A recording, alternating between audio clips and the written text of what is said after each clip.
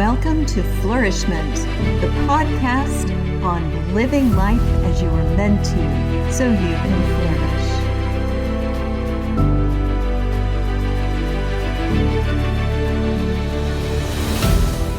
Welcome, everyone. I have an amazing guest with me today. Her name is Kirsten Panachyda, and she writes and speaks to infuse courage into the soul weary. She's the author of Among Lions, Fighting for Faith and Finding Your Rest While Parenting a Child with Mental Illness. And she's here to talk to us today about soul rest while parenting in crisis. Welcome, Kirsten. Thank you. I am very pleased to be here. Tell us what makes you feel like you have to talk about this message. I know this is very personal for you. Can you share with listeners where this comes from in your life and in your heart? Well, I belong to one of those clubs that no one ever signs up for on purpose. I have a son who has bipolar disorder, and he was diagnosed when he was 14 with major depressive disorder. It was only later that his proper diagnosis was found. The first 3 years, especially of his illness, when he was 14 to about 17, we really just went from crisis to crisis to crisis. And it was so difficult not only to navigate that for him as his caregiver, but also for us as parents, my husband and me. I was desperate to know that there was hope in this situation. I wanted to know that my faith could survive this very devastating time period for us. I wanted to know that my soul could come out with wholeness after all of that. And when those crisis years ended and God started to bring, well, stability to my son Nicholas, but also healing to me, I thought back on that and I thought, oh, there, this little club that I've joined, I've met so many of these parents now, and we all have those same questions. And I want to be able to reach back to someone who's not quite as far along on the path and tell them that, yes, there is help and hope for your soul as you go through this grief and pain with your parenting process.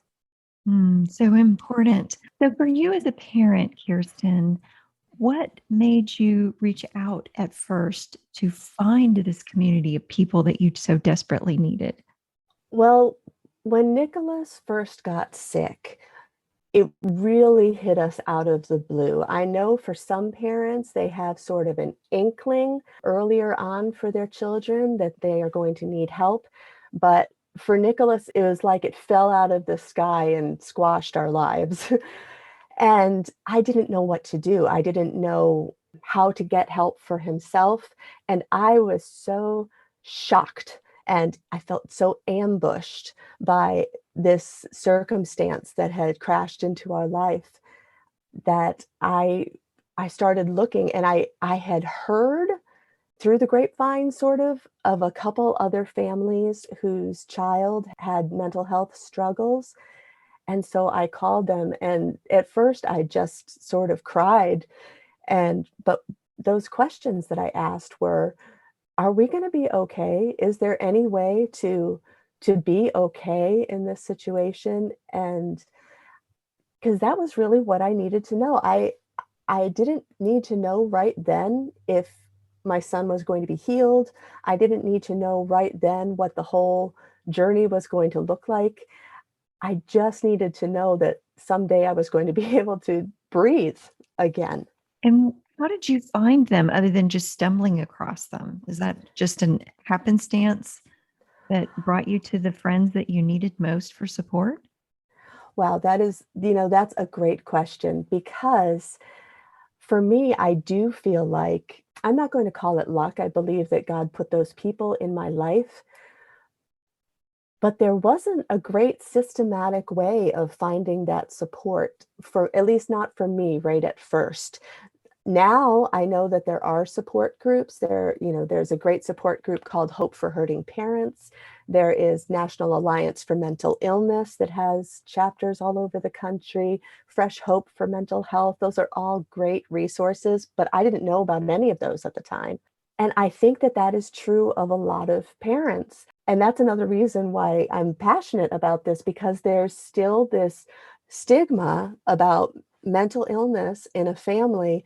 And unfortunately, especially in the church, that people don't talk about that. It doesn't end up on the church prayer list. It doesn't necessarily get prayed for during the morning announcement time on a Sunday at a Sunday service. So we don't know until we become open about it ourselves. I discovered that there were a dozen families in my little church that had struggled with this, but I only discovered it after our family had been open about it in our church community. And then they all sort of came to me. And a lot of times it's the loved one themselves who, feels very private, doesn't want it shared. And so the parents obviously need to respect that. And who are they going to share their pain with if their child doesn't want them to talk about it? That it's a very lonely, painful place to be. So some of what our family is committed to is just being open in order to battle that stigma. And I have to give a lot of credit to my son, because he has always, from day one, been very open himself with his friends and other people. He has always told me that I could tell his story and not even leave out any bits. That's always been an open book for him. And I do think that that's important to say on this podcast, so that people don't think that I'm disrespecting his privacy. He wants to battle this stigma as well. For those who are in the early stages of a parenting crisis like this, would you say that's a first step, is to reach out to NAMI or Hope for Hurting Parents, or an organization where they can get support from other families that are going through the similar crises or have already been further along in those crises? I would say that that should be one of the first steps. Obviously the very first step is to get to your doctor and Right, right. find treatment for your child. But yes, because you're going to need a crash course in education, for one thing, and the support of the community of people who understand and have been there, and who will sort of hold your tender heart while it's aching during those first days, is crucial to feeling like you are not alone. God has not abandoned you. Your family is going to be able to navigate this, because there are other people who are going to come alongside. And in those organizations, you can find some different kinds of answers and different perspectives than you would receive from professional counselors. I think that's true. Yes, that is true. I mean, professional counselors are a key ingredient of a treatment plan, both for your child and for yourself. I went to a therapist for a while. My husband and I did marriage counseling for a while. I believe in good counseling, good therapy, but those peer support groups are really important, because sometimes you cannot say the things that you need to say out loud anywhere else. You can't say them necessarily to your spouse, because they are having their own grief and anger and so forth. You can't necessarily say them to in the presence of your child, because you're trying to be very careful about that. But to another mom who's been there, you can talk about how angry you are. You can talk about how resentful toward the circumstance you feel. You can talk about how bone weary you have become in trying to manage the caregiving, and they will understand, and most likely will not judge you for that, because they've been there themselves. I believe there's probably an element of hope there too, that's different, because someone else who has survived for X number of years in this situation can tell you, we are still surviving. And there's a different perspective that you get from that than what you would get from a professional counselor. That's true. That is true. It's incredibly hopeful to be able to see someone whose faith is still thriving, probably deepened because of what they went through with their child. When you are questioning your own ability to hold on to your faith and you look ahead and you see that person, you realize, oh, it's not only possible, but God held them together. I don't need to hold myself together. That's almost always the response that you get when you say, how did you get through this? Oh, God got me through it. You don't have to hold yourself together. God can do this. And it strengthens you. It helps you to trust that their God is your God too. For those out there who are going through parenting crisis, do you have some specific tips that really helped you when you were struggling? Yes, I would say that it was a combination of things, but one thing that helped me, and this might just be my personality type, so everyone needs to discover this for themselves. It helped me to have a sense of preparedness. I did things like making sure I had a bag packed in case I needed to bring my son to the hospital, so that if that day came, or when that day came, as it did several times, I wouldn't have to also have that on my mind. I could just concentrate on the situation at hand. I kept a log of every medication and every appointment and those kinds of things so that I never had to take up brain space with trying to remember those things. I'm not naturally organized in my head, so I need to have external organization tools, and those things help. In terms of making sure that I was strong enough, fueled enough to be able to go do the next thing each day, I had to get enough sleep. That was really key. And my husband and I sat down one day and said, how are we going to work this out so that we both make sure we get enough rest? And that was really important for me. Exercise, making sure I got out in the fresh air, even if it was only for a half hour for a walk. And a lot of times that was when I could cry because nobody was around. I wasn't going to distress my son with my own tears. And I would walk around my neighborhood kind of weeping some days. But it was such a good relief for all that stress that builds up in your body, because that stress can really cause physical symptoms, illness. It did for me, and I really needed to deal with that. And just an awareness of the fact that when you are parenting a child who is in crisis, you yourself are also going through a crisis. You are experiencing a trauma because someone that you love so much is in so much pain, and you are witnessing that. And there's research done on this that parents can develop, it's called acute traumatic syndrome, from, for example, witnessing their child's self-harm, especially from being near to someone who has suicide attempts. Those things can, and if not treated, acute stress disorder can turn into post-traumatic stress disorder and then become quite a problem for your own mental health. So an awareness that you are going through something. It can't just be about your kid, because your own mental health needs to be strong. It needs to be cared for. If you need therapy, if you are sinking into a depression, you need to have that evaluated by a professional, and to just take care of yourself and recognize that this is huge. This is something that you are going through that is traumatic. That's a lot to take in, but it rhymes because it's prepare, be attuned to self care, and be self aware. So That's all of those very tips kind good. of fall in line, don't they? Yeah. And it's hard for people to remember to get prepared. It's hard for people to remember to take care of themselves because there's a sense of guilt sometimes for a caregiver to focus on themselves. They feel like Right. they need to put all their energy into their child. But Right. why? Can you share why that's important to take care of yourself? Well, and I do want to acknowledge that taking care of yourself takes time too. It's not just a question of you feel like your attention should be going toward your loved one who is ill, but sometimes you are just so busy just trying to get through life, and you add in appointments or trips to the hospital or whatever it is that is adding extra things to your already busy schedule.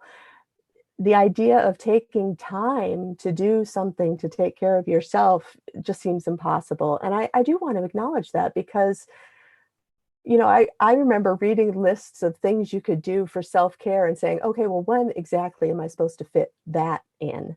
I don't have time to do any of those things. But I will say that anything you can do, any help that you can latch onto that will help you take the time for yourself that you need to deal with your own stress is so valuable in the way you're going to be able to take care of your child. You cannot think clearly when you are sleep deprived.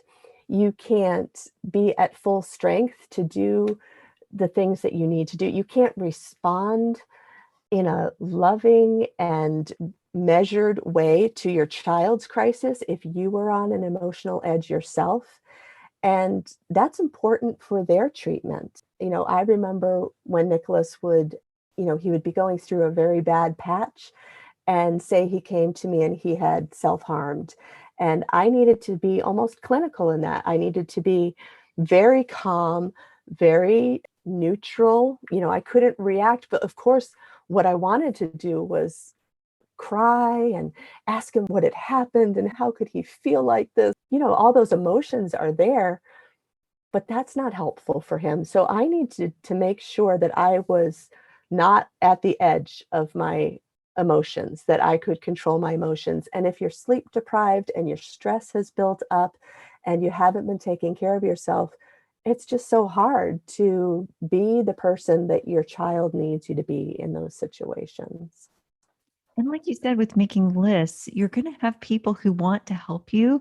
So if you can list some of the things that could possibly be delegated to other people that will allow you to use some of that extra time you would get to do those self-care things that only you can do for yourself. Only you can sleep. No one else can do that for you. Only you can exercise. Only you can take time to clear your mind and go for a walk and pray and discharge all of that sorrow and grief emotion and stress emotion that you need to get out outside of your house. You can ask other people to help clean, to help do errands for you, and some of the time consuming things that you don't personally have to do. That's a really good point. It's true that people do want to help and they don't know how. And they will respond. Your friends who love you will respond to your plea for help. They will probably be grateful that there's something practical that they can offer you during that time. No, that's a really good point. I would recommend that people even make a list of those people. Who could I call, and ask them for some help. You may not at first know what to tell them, but if you keep a constant list of some of those things that can be delegated, some of those little minor things that aren't requiring personal attention, then you'll have that to answer them with when they say, what can I do? How can I help you? Right? And yeah, so I think that would be very, very helpful for people who are not knowing what to do or how to answer people who want to help. And I think what you said about giving other people the opportunity to be a blessing blesses them is really important to underscore here. We can easily be tempted to believe that we're becoming a burden on our community, which is not the case. That's true. That's a lie that sometimes people tell themselves, believing that we should be able to do it all on our own. It keeps us from receiving the help that other people would love to give us. And it keeps us from being in a community and being connected with other people because we have that, need to go it on my own kind of mindset, which is, it's not spiritually or emotionally healthy. And it certainly isn't going to help you in your all important task of caring for your child. And it helps the people in the community to develop empathy and understanding for all those who are going through parenting crises. I think that's true. And, that's another way that we can sort of bring this out into the open. The statistics are that 1 in 5 people in their lifetime will be diagnosed with a mental health struggle. And that's, if you are not that person yourself, chances are that person. You're a neighbor with that person. That person sits down the row from you on Sunday morning in church. And it's all around us. We need to be able to support each other. Given that statistic, what would you say to those who are struggling and feel as though they're isolated and all alone in their struggle? Well, that can be very difficult. As I referenced before, sometimes the loved one, the child, does not want you to talk about it to other people. They feel ashamed. They don't want to be different. And it's very important that we respect that, because it's not our illness. We need to respect their wishes. I would say in that situation, ask your child, what would you be comfortable with me sharing? Can I just say that our family is going through a hard time? Can I say that you are going through a hard time without specifying it? Can I tell just these 2 people maybe who I know will be a support to me? Try to negotiate that with your child and just say, I don't want to spill all your secrets. That's not my goal at all. I just want to have some people who will pray for me and support me. I will talk about my own emotions. I will talk about my own circumstance, and I will keep your things private as you wish me to. But try to have that conversation with your child, because that isolation is just toxic. And maybe they're seeing that you are not ashamed of what they're going through, that you don't think it's something that needs to be swept under the rug or hidden in a closet. Maybe that will help them to realize that this is not something that I need to hide. This is not something that is my fault or that I need to be ashamed about. And so you can model that as you have that conversation with your child. That's great advice. And what are some other things that you might recommend for those who are going through a parenting crisis? Well, the very, very first thing that I would recommend is to lean into your relationship with God. This can be really fraught, because when something so devastating comes into your life, it can really shake your belief system. It can make you question what you think you know about God. But I would say lean into that. Bring all of that emotion and questioning to God. He would so much rather that we sit in his lap and pound on his chest with our fists than that we stand far away from him and shake our fist. He he may not give us the answers, but I can tell you from personal experience that he holds me. He held me together. I got to a point where I was so shaken and devastated that my only my only deep belief that I stood on was, if I belong to Christ, then he is the one holding me. That I don't need to worry about all these questions and all these emotions, and you know and I don't need to worry about my soul, because he is holding me. And I will tell you that that bedrock was firm for me. So I would say lean into that. Pray, tell him, tell tell God what you're feeling and why you're angry and why you hate this and wish this wasn't happening and you can't see a purpose. But tell him all the awful things that you want to be honest with him about, and lean into him. Read your Bible, let the scripture speak to you, let his Holy Spirit speak to you, let his people come and minister to you. I have found that he can be trusted with my heart. I love that you're talking about that ugly cry in front of Father God. He already knows all of those deep, dark emotions that we're feeling. Some people feel as though they have to clean up their prayers before they pour them out into God. And if you read the Psalms, you know that David, who I believe was bipolar, poured every emotion, no matter how deep in sorrow and depression he was, or how high on the heights of manic expression he poured everything out before God. I'm Yeah. so grateful that the Psalms are in our scriptures because it's such a good model for us about how we do not have to hold back on those, ugly out there emotions. And that's what made David a man after God's own heart, not because David was perfect, because he wasn't, but because he poured everything out from his heart into God's own heart. Yes. What are some specific resources that you could recommend, books or online communities or Facebook pages that might be helpful for those who are parenting in crisis? Yes, I have found great support in online communities. There are a couple Facebook groups that I am a part of. You do have to be careful a little bit because some of these groups have thousands of people with very varied experiences and worldviews. But just being able to see a post and say, "Oh, it's not just us. Someone else is going through." That is helpful. I would say that the most helpful Facebook group that I am a part of is the Hope for Hurting Parents Facebook group.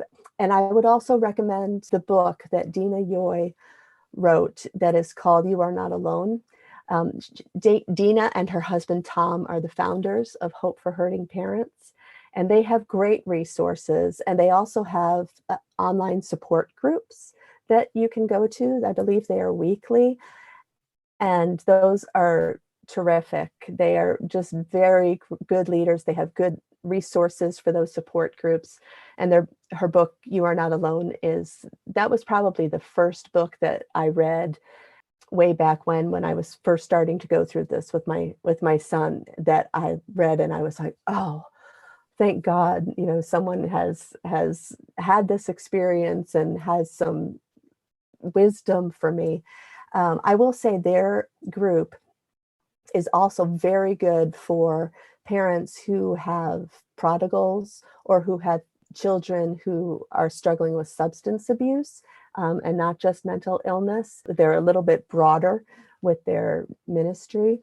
I am part of the NAMI FaithNet online community. This is a group of people who want to bring their experience either as a person with mental illness or as a loved one into the context of their faith. So it's an interfaith group, but that is a very inspiring and hopeful and supportive online group. I went to the NAMI family to family training midway through those crisis years with Nicholas. That was less of a support group, although there was some of that where we got to share with each other our experience, but it was very educational. We walked through this whole text about different types of mental illness, different types of medication, what kind of local resources were available. I highly recommend that you find your local NAMI and find out what resources are available to you in terms of both support groups and education. They're really good at both things. And if you are ready to become an advocate, there's also an avenue through NAMI for that. Fresh Hope for Mental Health has support groups. Some of them are online and some of them are in real life. That is a great resource for, again, both people who have lived experience and who have a loved one with mental illness. Thank you for sharing those lifelines with the listeners. And I have to say, I know Dena Yohe, she is a tremendous individual. So her support group is going to reflect the kindness and authenticity of her heart and her character as Yes, well. she's just wonderful. Yes, such a mentor. And I've had clients who found a lot of support from NAMI too. So that is also a really great resource. So those of you who are listening, there is another resource I want to make sure that we mention.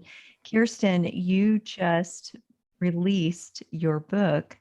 So talk to us about how people can connect with you and your book so that they can see that specific perspective of a parent who has survived and is surviving that parenting crisis of having a child who's struggling with mental illness. Yes, I just released Among Lions. The subtitle is Fighting for Faith and Finding Your Rest While Parenting a Child with Mental Illness. The theme of the book is this idea that when your child has a mental illness, you are in a place that you cannot leave. This is your child. This is the circumstance you find yourself in.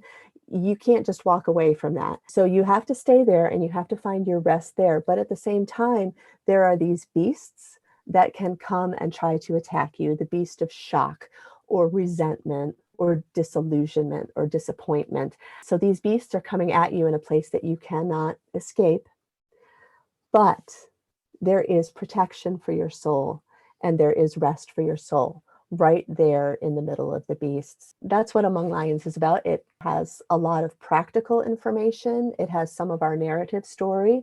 It has wonderful interviews with mental health professionals like you, Tina, were instrumental in sharing your expertise in the book. And I just want to say thank you so much for letting me interview you for that book. Really appreciated that. It lent so much richness to the material. And if people want to contact me, my website is kirstenp.com.